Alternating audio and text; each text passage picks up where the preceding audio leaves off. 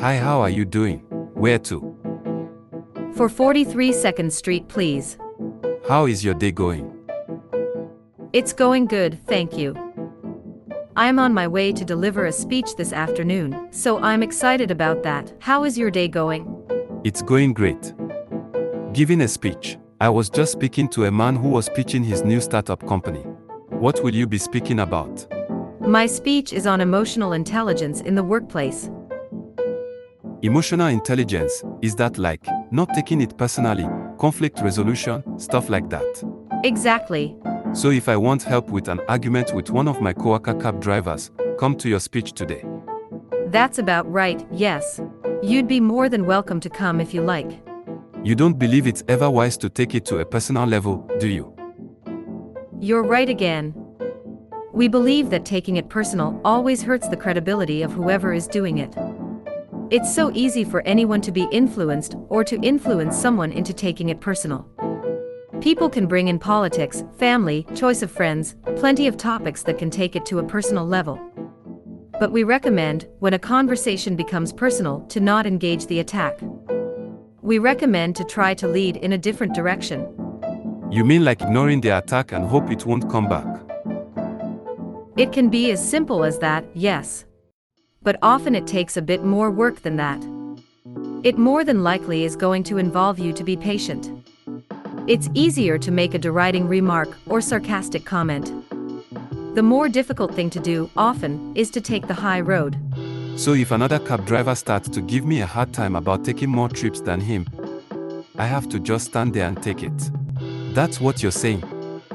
I'm not saying it's wrong to defend yourself, of course. Don't get me wrong.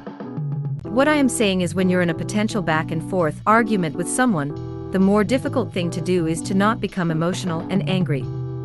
In fact, the ability to handle conflict in the workplace setting by being able to manage emotions is one of the highest paid marketable skills. It's one of the most sought after skills, the ability to not take things personally, to stay calm under pressure. When you can develop this skill, it can actually increase your credibility. Very interesting. But how can I develop the skill of staying calm under pressure? If you're defending yourself, how do you determine what is a legitimate threat? Isn't part of maturity learning how to recognize a threat and developing judgment to know how to deal with it?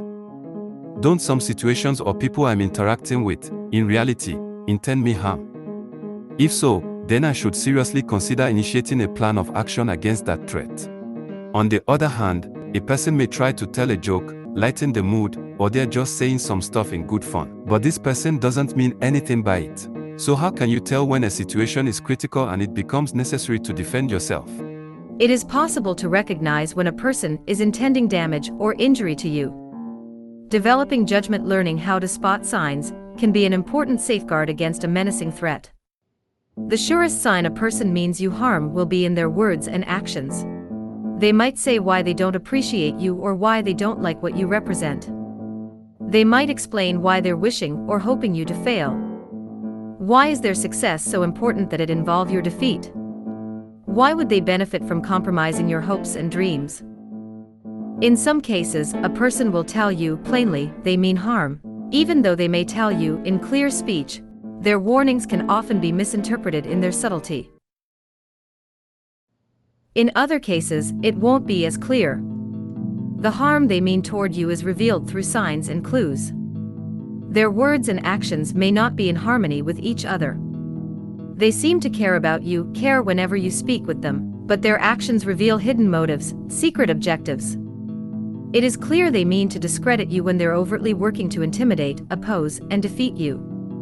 But proving another person means you harm when your only evidence is speculation and rumor can often be difficult. Fear is a natural human emotion that helps protect us. Fear can help protect us against threatening dangers. But fear can also be paralyzing. It can stop or arrest us from doing what we would normally do or should do. We're often afraid of the unknown. I'm not afraid to buy from a store. I shop in stores frequently. I'm not afraid to speak on the phone because I call and receive calls frequently. It's part of my normal routine, so I'm therefore not afraid of it. But I can be afraid to do something new or different. I'm afraid of heights because I'm afraid I might fall. I'm not normally at so great a height. Falling from so steep an elevation seems like it would be such a strange and terrifying experience. I'm afraid to ride a horse because I think I might, in the process, fly off and hurt myself. I might even be killed. I may fear because I don't trust my sense of balance, coordination, or how I would react under pressure. But the best way to overcome fears, and not let them paralyze or arrest you, is to take control or ownership of your own ability. Overcoming your fears is about learning how to understand your situation, thoroughly and clearly. If you're running a store, for example, I must understand the inner workings and details of the business I'm in. I understand I must have valuable products to offer. I also must have employees to help customers buy the products and managers to help my employees sell the products. I must have a certain number of sales in order to pay for expenses, like the cost of renting a store property. I must also have a certain amount of revenue in order to pay for store employees. I must thoroughly understand the process of running a store for me to turn a profit and stay in business. Similarly, in order to overcome a debilitating fear, I must understand it thoroughly, the inner workings of my fear. I must understand in detail how fear is playing a role in a situation, and how fear is playing a role in my life. Fear is often used to intimidate other people, intimidate them from saying or asking certain things. Anxious and fearful people are often targeted, exploited, or abused. But how can we, under any circumstance, learn how to not be fearful or intimidated by anyone? Unless an assailant is running straight at us with a weapon meaning to end our life, or something like that. How can I not allow fame, ranking, title, social status, to intimidate or cause me to be afraid? How can I develop my courage to face a fearful situation? Don't become too worried about if someone appears more or less fearless or courageous than you.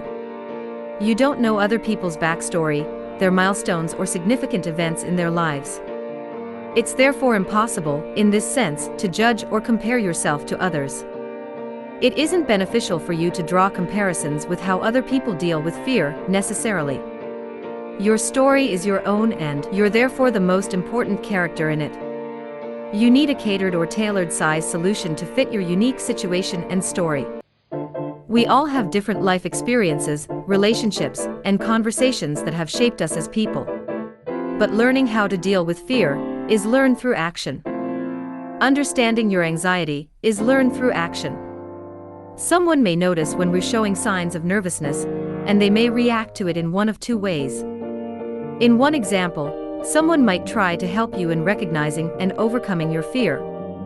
Suppose you're in a meeting and you're not being given the chance to share your ideas.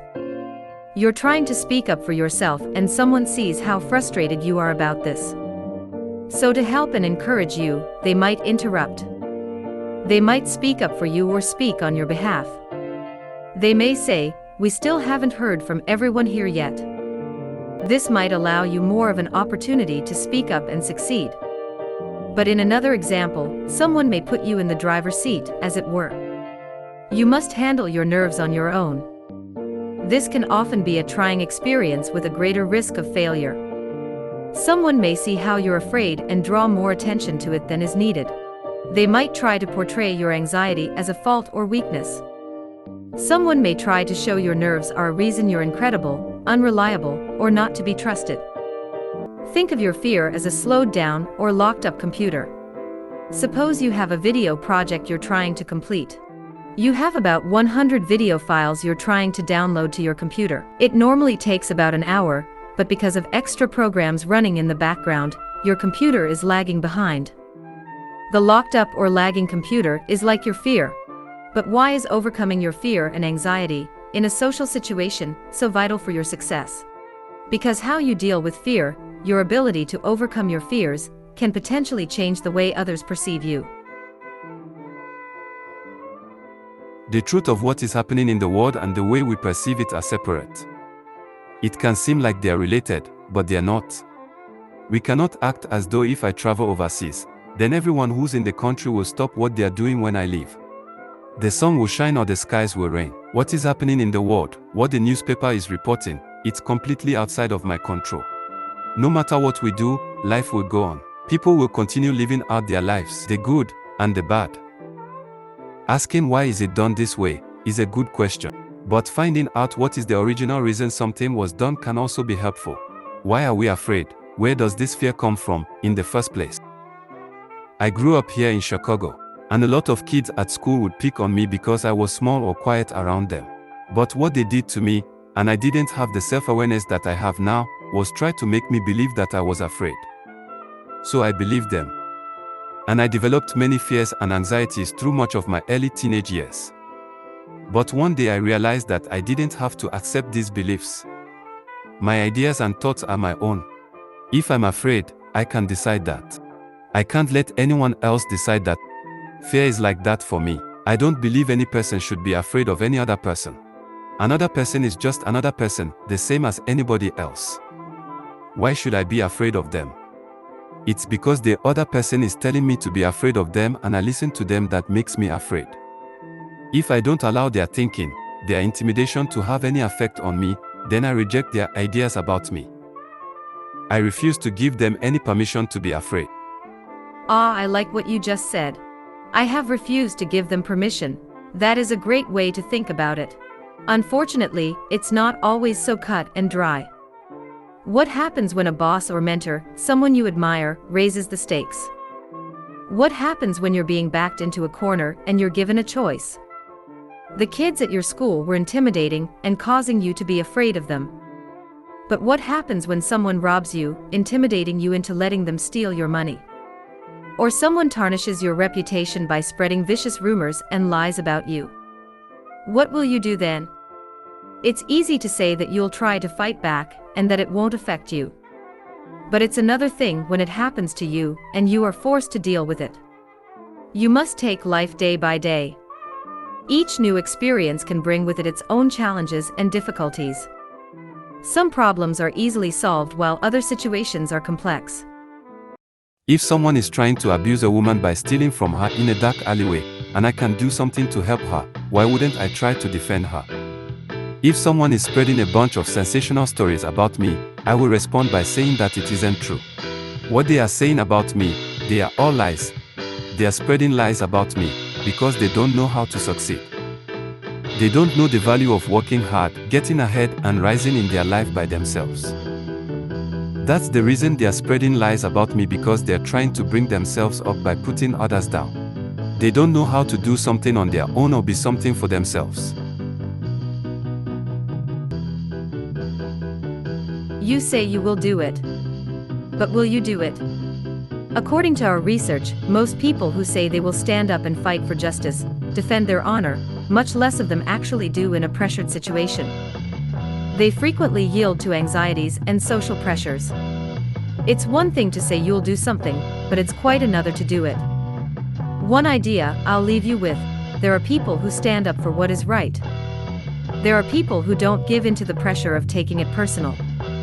There are people who fight against enormous odds and opposition. The question is, will you leverage the success of your past and carry it with you into the future? Will you keep the same determination that brought you this far, and keep persevering into the unknown, and stand up to your deepest fears? You have arrived. I hope you have a wonderful event. You have been offering me great ideas and conversation, food for thought. You definitely have given me something to think about. Have a wonderful day. You too. Thank you.